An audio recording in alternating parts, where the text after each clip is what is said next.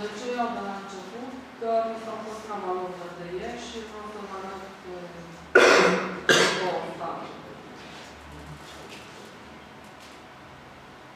Deci, dacă vă arătați afară programul și îl aveți pe desktop salvat, intrați așa cum intru eu acum, da? Cu ANAS. Că altfel vă spune că circuit și vă pune să-l plătiți, da?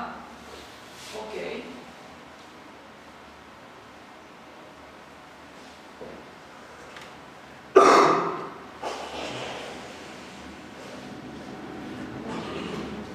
Și am intrat pe pagina de start.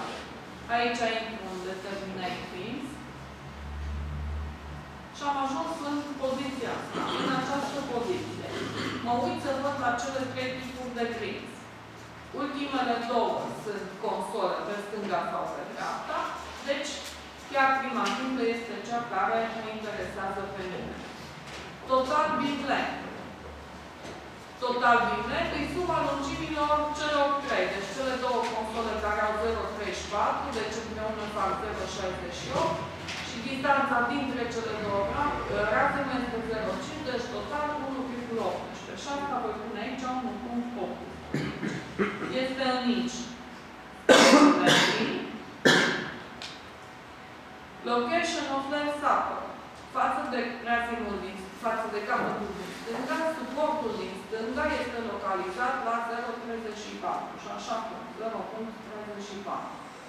Locația suportului din dreapta, tot în raport cu capătul din stânga. Deci 0,34 plus 0,5 adică 0,84. Ei, și în acest moment, dacă dau pe Enter, trebuie să-mi apară grinda. Și mi apare. Acum, în stânga observați tipurile de sarcini. Concentrate într-un sens și în altul, uniform distribuite într-un sens și în altul, cu variație liniară într-un sens și în altul, respectiv cele două tipuri de momente într-un sens și în altul. Și vom merge pe rând. Sarcina concentrată. Locația sarcinii concentrate este la mijlocul deschiderii grinzii, dar în raport cu capătul din stânga va fi la 0,34 plus 0,5. Deci 0,59. Metrii s-au păstrat. Load magnitude. Este 14 și trebuie să o schimb în kilonitri. Acum, dacă dau Enter, o să-mi apară diagramele corespunzătoare pentru sarcina concentrată. Singura problemă e că diagrama de momente nu respectă convenția noastră, deci trebuie să o pun de desubt. Deci aici trebuie să fiți atenți. Următorul tip de încărcare este sarcina uniform distribuită. Start of load. Pe razinul din dreapta, adică la 0,4 plus 0,5, care face 0,84.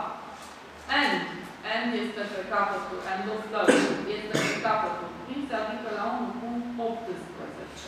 S-a păstrat în load magnitude 6 și am lucrat în kilonewton pe metru.